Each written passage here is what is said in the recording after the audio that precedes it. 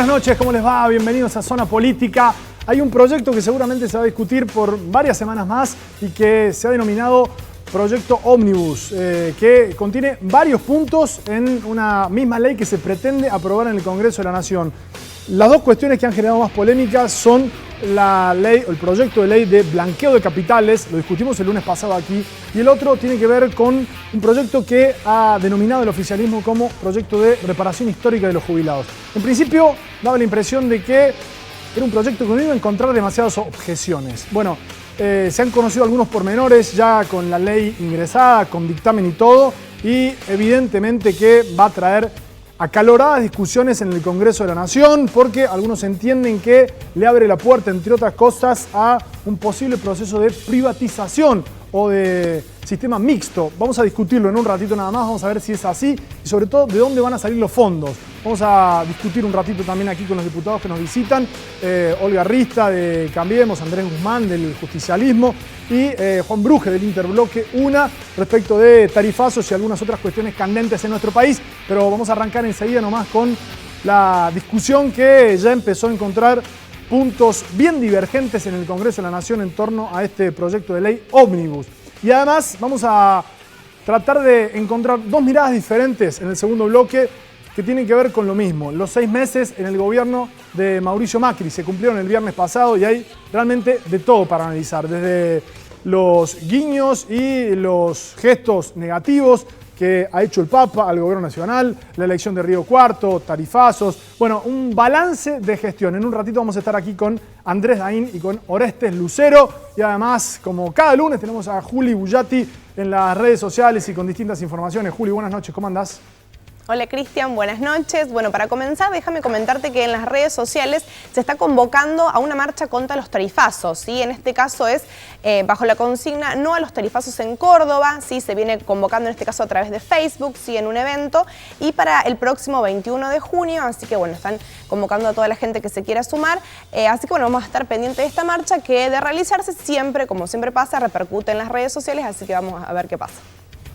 Bueno, fantástico. Vamos al primer informe. Estuvieron trabajando en él Federico Rizzo, Cristian Pérez y Martín Reinaldi. Es un repaso de lo que se ha dicho hasta aquí en torno a este proyecto de ley ómnibus. Vamos a meterle en un ratito nada más a la discusión. Vamos a tratar de saber si la financiación, ¿sí? El sustento económico para bancar este proyecto, en el caso de que se apruebe, puede terminar o no en un proyecto mixto, en un proyecto de privatización. Hay experiencias nefastas en nuestro país, han sido saqueados aquellos jubilados y aquellos que lo iban a hacer con el sistema de las AFJP y eso evidentemente que le saca caspa a más de uno. Vemos el informe y nos metemos con la discusión.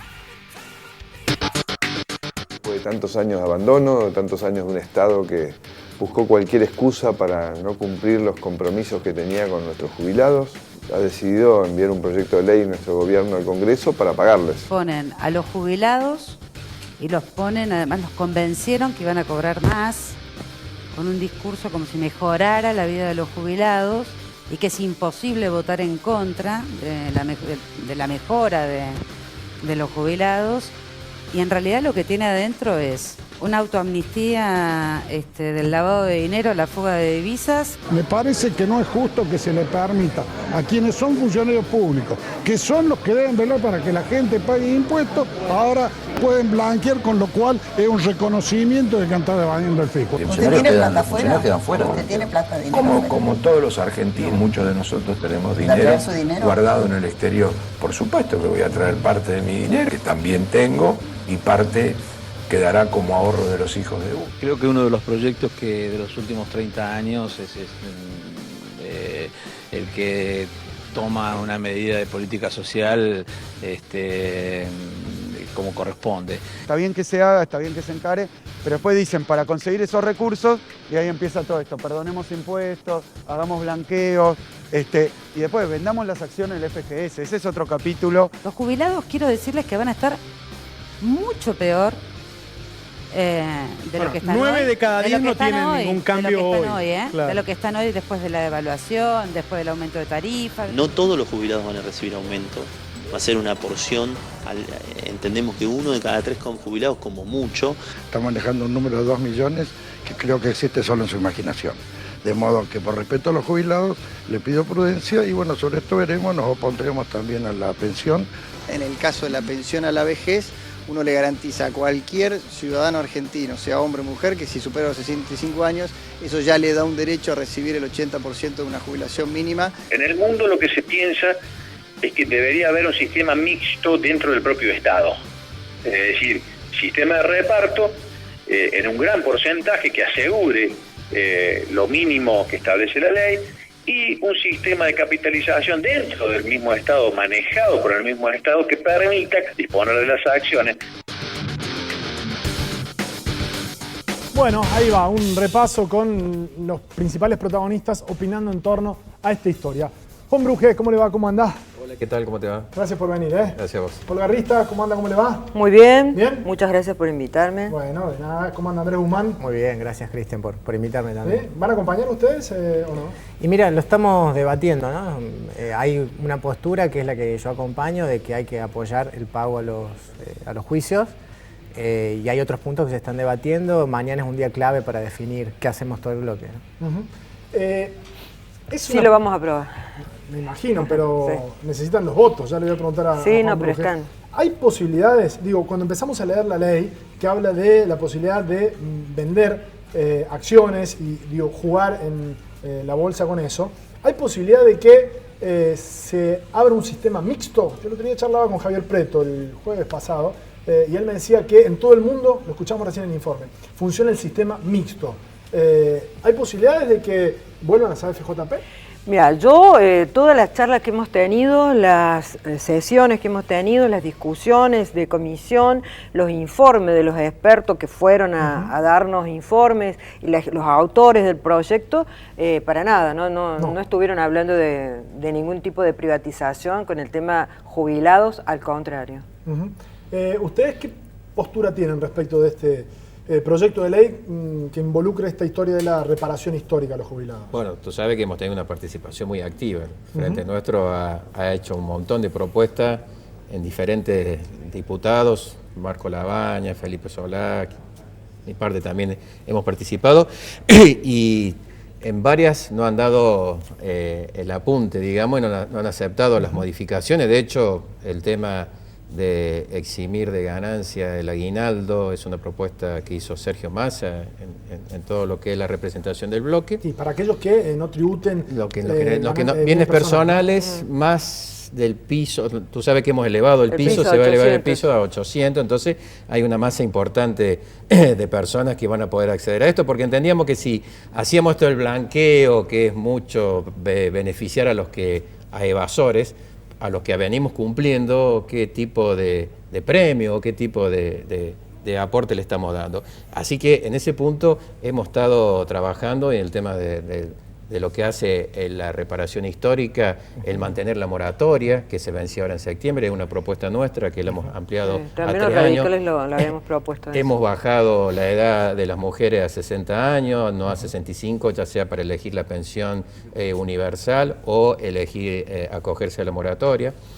Y ante tu duda y a tu pregunta, que a nosotros nos preocupaba muchísimo, la ley expresamente dice que el proyecto de ley que debe elaborar esta comisión, que va a formar solamente el Ejecutivo en el lapso de 3 años, establece cuál es la orientación legislativa que tiene esa ley con referencia a lo que tú preguntabas del sistema mixto, y se inclina por el sistema de reparto 100%. 100%. No deja posibilidad, y nosotros no vamos a votar otra ley que no diga eso expresamente. Hay algunas trampas. Es lo que me dijo Javier el otro día, y la verdad es que me generó un poco de asombro.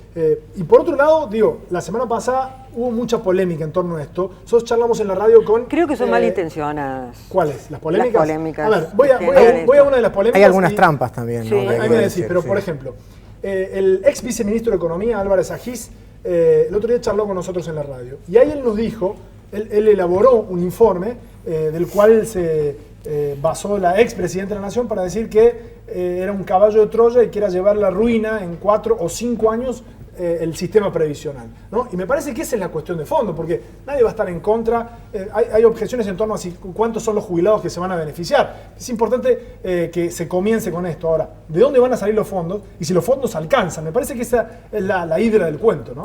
Bueno, yo creo que eso es algo que lo han estudiado muy bien, pero te quería aclarar antes un poquito, simplemente porque hizo el parte acá Brugge del sector político al que él pertenece, y te cuento que también nosotros desde el radicalismo, que estuvimos trabajando muy fuerte con toda esta temática, estuvimos sugiriendo diferentes temas, entre ellos, por ejemplo, el tema de bienes personales, porque la idea principal del proyecto era la eliminación de bienes personales, y nosotros creemos que es un impuesto que se coparticipa, es un impuesto importante, fundamentalmente que haga a la igualdad o a la igualdad de oportunidades de los ciudadanos, es decir, que los que tienen más paguen, ¿no es cierto?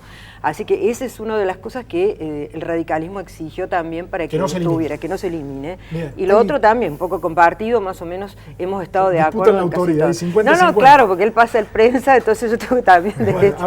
No, hay una cuestión clave en la sustentabilidad económica para pagar. Obviamente que todos estamos de acuerdo con el pago de los juicios.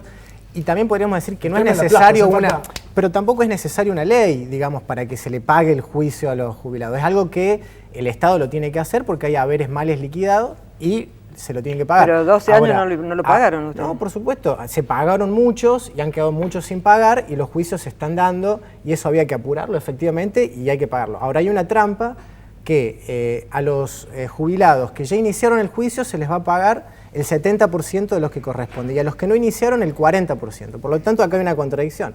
A los fondos buitres le pagamos el 100% de lo que debemos, pero a los jubilados le pagamos una quita. En segundo lugar, es la sustentabilidad de esto, ¿no? No se dice cuánto, porque no se sabe, no se conoce cuánto es lo que vamos a obtener del blanqueo de capitales. Incluso hubo entredichos, algunos dijeron 15.000 millones, otros 30.000. Pero no se sabe bien cuánto.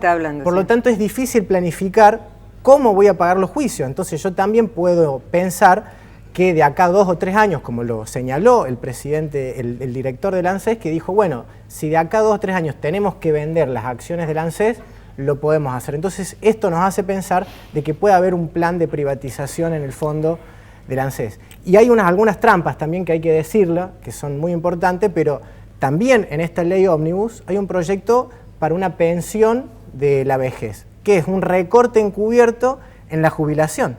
Es pagarle 20% menos del mínimo de los jubilados, digo, ¿no? Esto que estaba también de estirar 5 años la jubilación de las mujeres y el pago de los juicios. Y si vemos la película... Está generando ahí una confusión, porque tengo entendido que esto es para la pensión a la vejez, es para la gente que no tiene ningún tipo de jubilación, que se pueda acoger a esto. Pero se sacó la moratoria. Y pueda hacerlo. Se sacó la moratoria donde entraban más de 1 millón de jubilados, en donde iban a empezar a pagar y acceder a una jubilación que es un derecho, se saca eso y se suplanta con esta pensión, que es un recorte encubierto de un 20%, digo. Entonces, si vemos la película entera, también vemos esto del caballo de Troya, o que esto sirve del blanqueo, podemos decir que, digamos, nos ponen en una trampa a los diputados de alguna manera, en un cuello de botella, porque tenemos que apoyar, obviamente, al pago de los juicios, porque es un reclamo legítimo, pero detrás hay una reforma tributaria y fiscal enorme que merece una discusión mucho más profunda,